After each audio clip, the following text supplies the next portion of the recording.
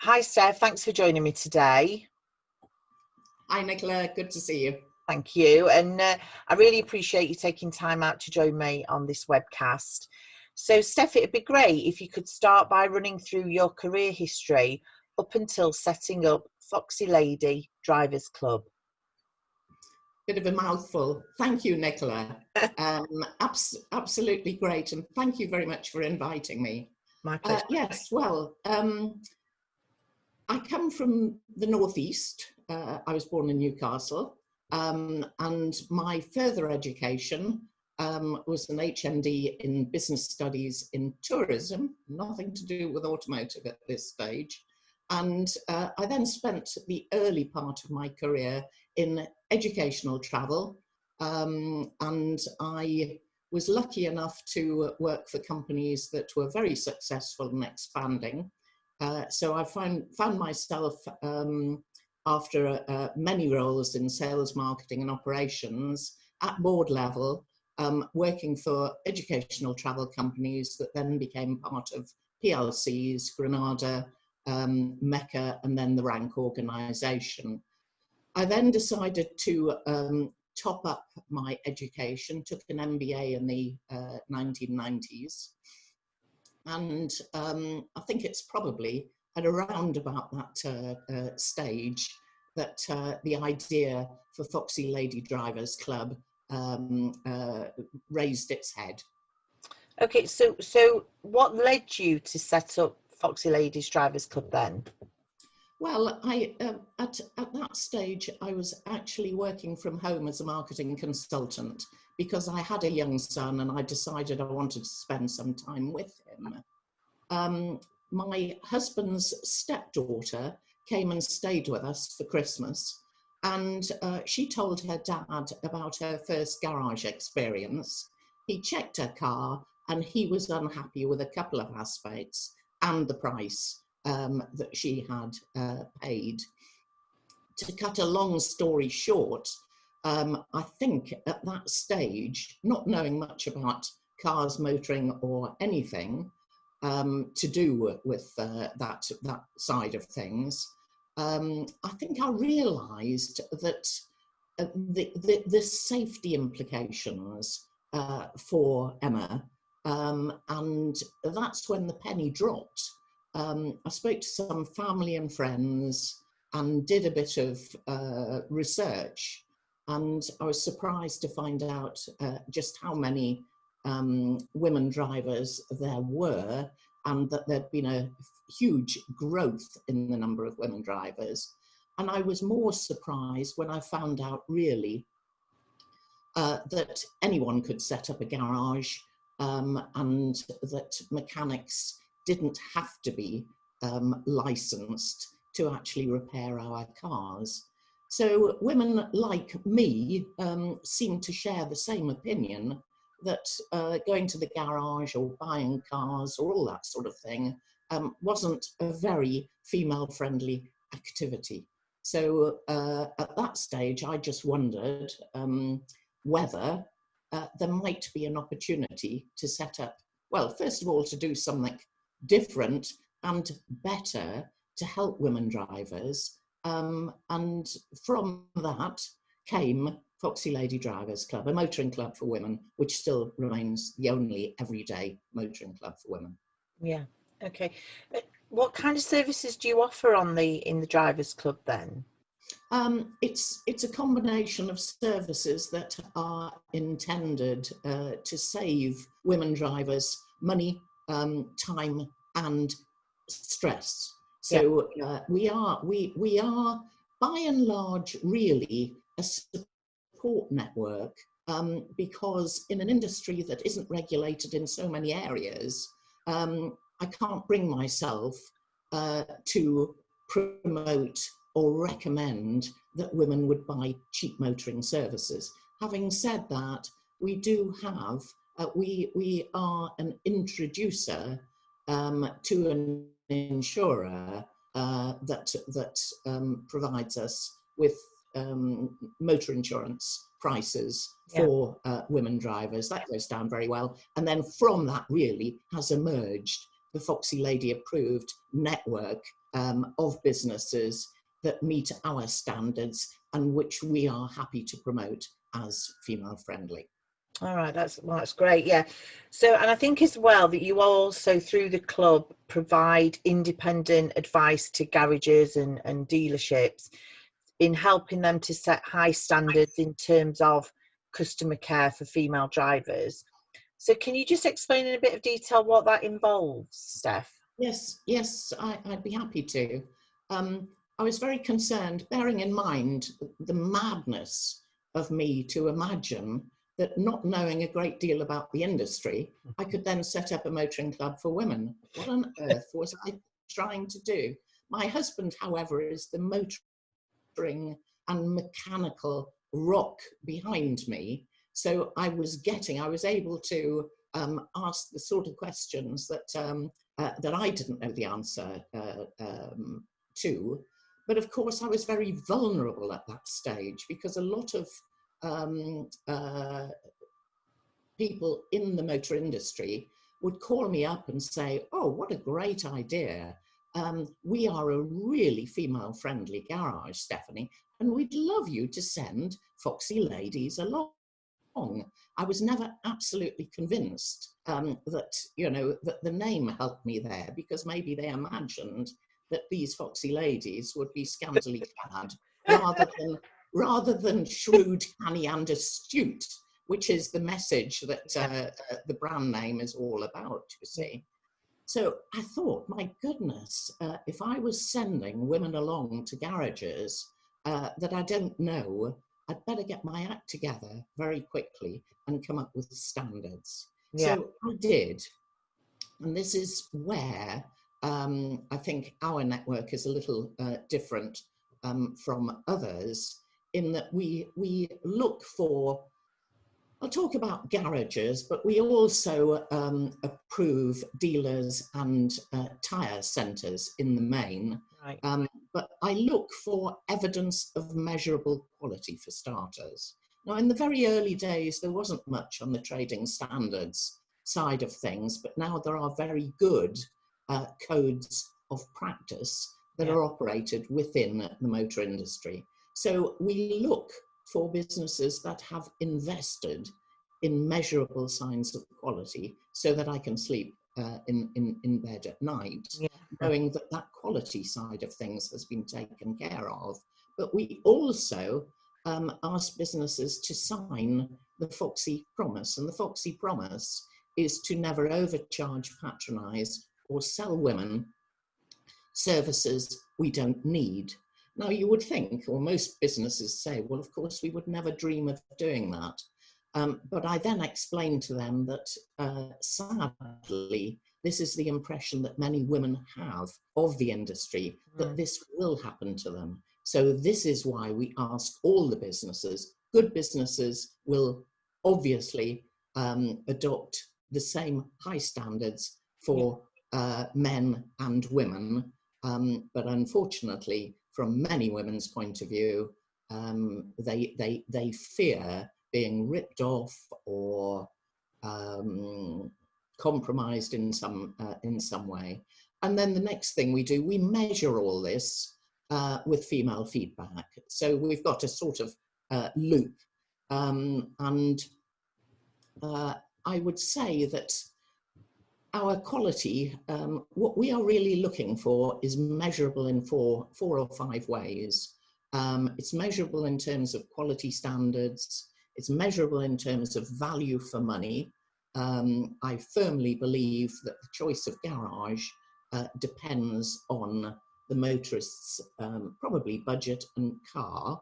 Yeah. So, it's very important not to sell a dealership that may be a little more expensive for justifiable reasons to someone who is running an old banger and is trying to cut the cost of motoring, and vice versa. If someone is driving a top-of-the-range car, they will expect the sort of service levels that they will get in a franchised dealership. So that's the value. Then certainly customer service. is very important.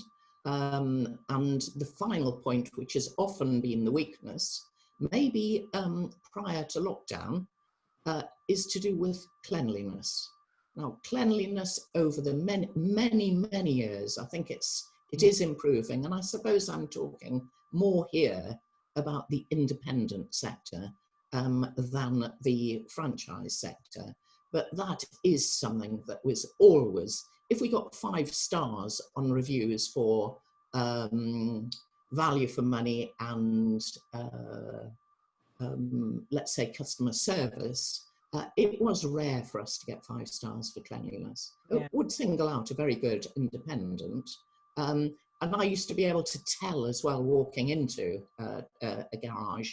I used to visit garages, but the quality schemes now have replaced my visits from that quality check. Yeah. I could tell walking into a garage if it was clean. You could tell it in the workshop, you could tell it in reception almost instantly. Yeah. And it's very important, probably, dare I say it, probably more important with women than men. Yeah. Some men. And obviously, just touching on a couple of things that you mentioned. So obviously you get feedback from women drivers who've used the garages that you are recommended through FOXY Driver. So do you give that feedback back to the garages then? Yes, you see, part of what we offer the subscribing garages to our FOXY Lady Approved network is we offer them certificates and promotional material for their website and also for their reception area. So if they're showing one of our logos, and it's very clear what it's all about, then a female who perhaps isn't totally delighted with service levels may find it, or it may suit her better to tell us than the business that there are some failings that they'd like to be taken seriously. So they would contact us through the Drivers Club to tell us that what had happened, and we then relay that feedback back. Now, I have to say that in high 90%, women drivers are satisfied. Occasionally, they'll come on, and they don't have to be club members, by the way, because we obviously advertise the network as female-friendly approved, knowing the number of wary women who will choose a garage on the basis of one that's female-friendly approved, rather than the others that don't have any indication that they are. So in that situation, we would pass that feedback back to the garage, and really good garages are committed to listening to it all, even if it's really small, to say they didn't have up-to-date magazines, or they didn't have anything for me to read, or the loos weren't as clean as they should have been, etc. A good garage will always welcome all feedback. On the other hand, what it also means is if someone really has an issue, maybe about the price they paid or their treatment, they might come on to us to support them whilst they complain through the business. And we have a process of how we would work with the business to help them. But of course, if that garage is part of a trading standards code, then I'll make absolutely certain that the motorist understands how they could progress any legitimate complaint through a trading standards partner. And just touching on the business side, that even while helping women drivers air any concerns through yourself with the businesses, that obviously any negative comments can be turned into something positive, can't they, in the way that a garage operates. So do you get good feedback from the garages that are part of your network about the support you provide them, and that's how you help them change their businesses? Yes, I would say that, again, the businesses that are committed to doing a better job will listen to what we have to say. And very often we find that things perhaps haven't been handled well enough initially. So we would get involved and we would try and smooth the way. Having said that, it is true that certain customers can be tricky as well. Yeah. And I think the very image of the industry very often starts the relationship off on a bad foot. You know, so a woman walks in and she thinks, "Ooh, this is a sort of blokey place. Chances are I'm going to be ripped off. Well, I'm going to make sure that they don't do that to me." It's the wrong way to start the relationship. So occasionally perceptions drive higher expectations of the service experience, and it's always very helpful, I find, afterwards to maybe explain a little bit to the motorist from the point of view of the business. But having said that, it's usually the business has been a bit too arrogant or a bit too dismissive or a bit too cavalier in the way they've treated the customer. So, I mean, both as well as yourself, you know, I've been in the industry a long time, and we have come a long way.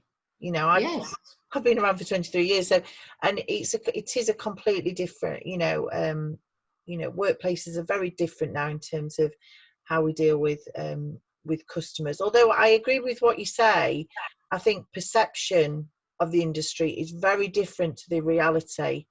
I think there are a lot of businesses within this sector who offer exceptional customer service. Yes, I agree. Customer care. But listening to you, although we have come a long way, there's obviously, we're still not there. We're not perfect.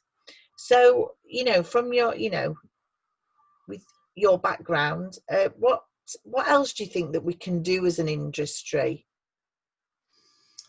Well, I think the gender balance and diversity business case is compelling.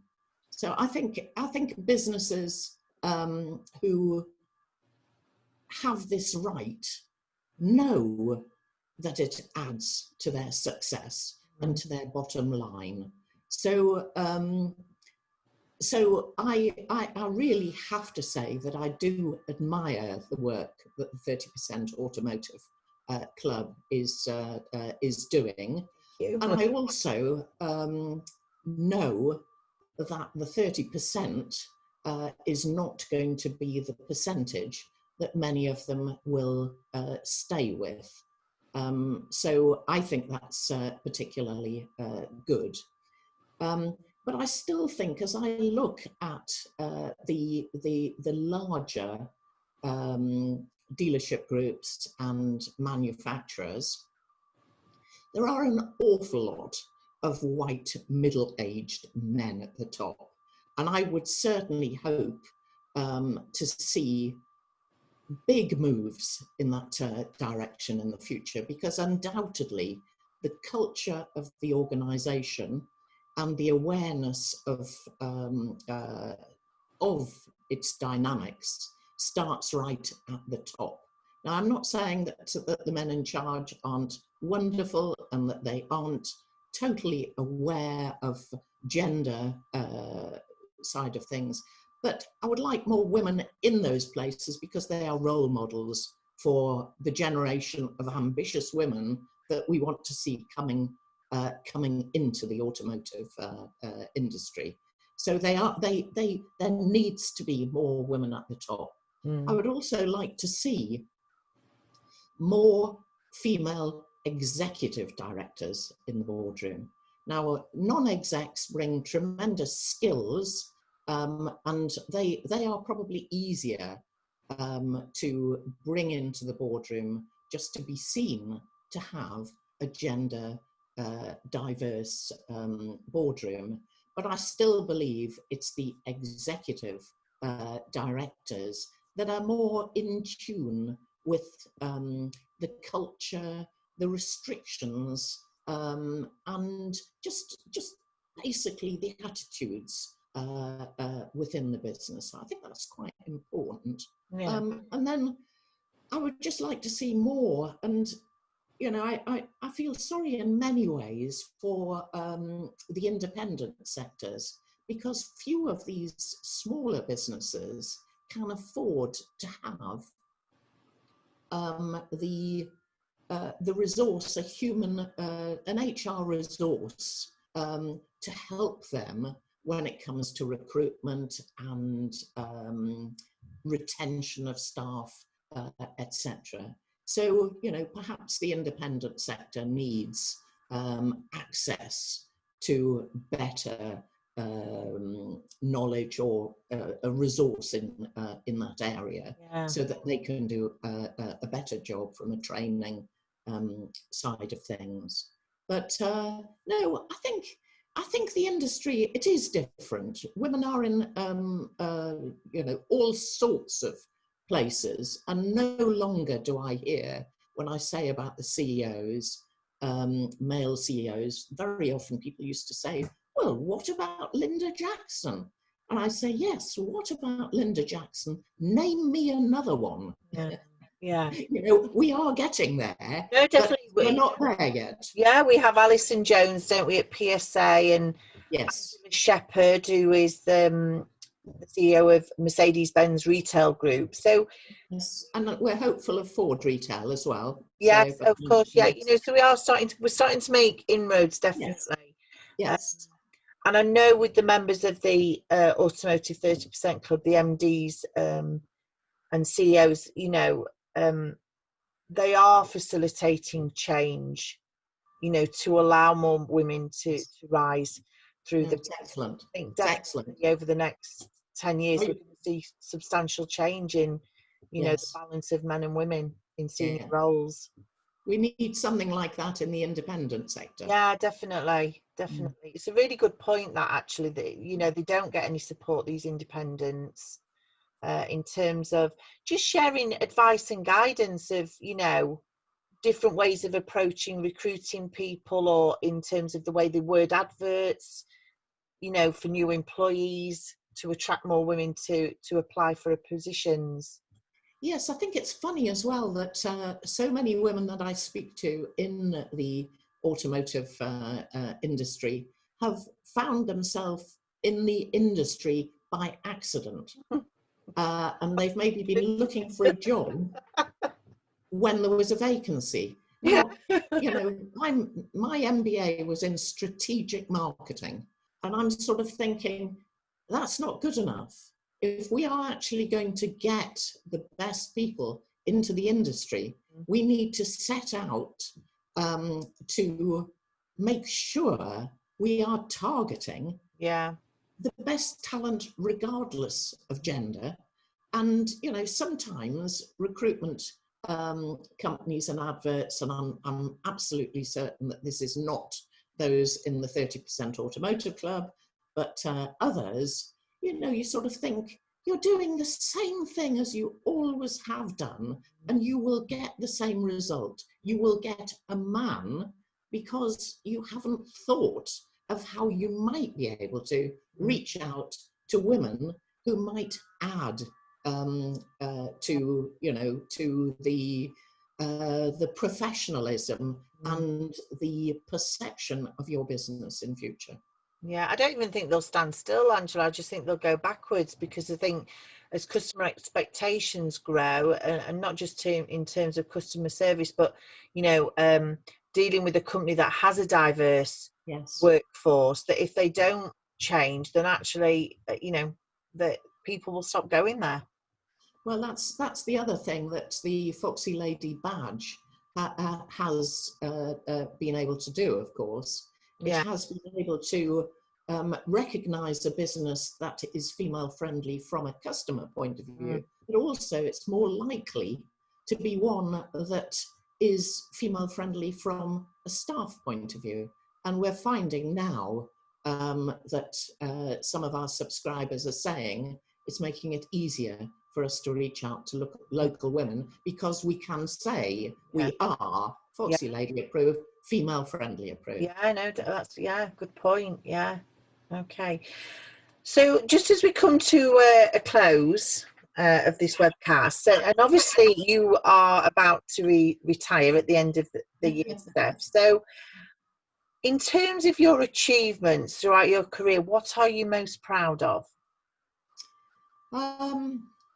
Most proud. That's a tricky one. I think I'm proud to have set up and ended up with a business that is still fairly unique. I'd like to think it wasn't needed in the industry, but we're not there yet. You know, women definitely are still very wary shoppers. So I suppose when I see really good feedback coming in, I sort of take that as a pat on the back. But from an industry point of view and my peers, it would have to be with awards that I have received. And I'm very passionate about tyre safety. So, you know, we're a small company. We can't compete with some of the larger companies, but we have won awards for our social media work and relating tyre safety to women drivers. But probably the best for me would be the award that I got from the IMI, the Institute of the Motor Industry, in 2015. And I was the first female to receive it. And I got for my, it was recognition for my contribution to the motor industry on behalf of women drivers. And it came out of the blue, and I was just thrilled. So that would probably be the one that I will keep on my shelf when I've asked FOXY on to the next FOXY Lady. Yes, yeah. But I think, you know, you should be really proud with what you've achieved with FOXY Lady, because actually, through your awards, you know, the industry is recognising what you're doing, but also the emails you receive, thank you emails from, you know, the women drivers in the club, show that you are making a difference to them as well. Yes. I mean, gender marketing is always tricky, which I probably didn't realise at the outset, but having a brand that is only for females does help, because the men then understand why the women are getting deals that perhaps they can't get their hands on, etc. But no, it's thank you. Yeah. So what are your plans then for retirement, Steph? Well, I'm hoping this will happen at the end of the year, but I'm not dead yet. I'm retiring from FOXY Lady. But you know, I shall retain my LinkedIn presence for sure. And I'll take a break. But I do have other things that hopefully will come together in 2021. And when this lockdown and virus is finally sorted out with the vaccine, I look forward to doing other things. Okay, well, I'm sure we've not seen the last of you, Steph. Probably not. Probably not. Yeah. Thank you. Well, listen, thank you so much for your time. It's been a pleasure talking to you, and it's been really great hearing, you know, your opinion on, you know, where we've come from as an industry and where we are, and you know, where we've still got to go. So it's been a real pleasure. So thank you, Steph. I've enjoyed the experience. Thank you very much indeed. And all the very best of luck to you in your career and future, Nicola. Oh, thank you very much, Steph. Bye. Bye-bye.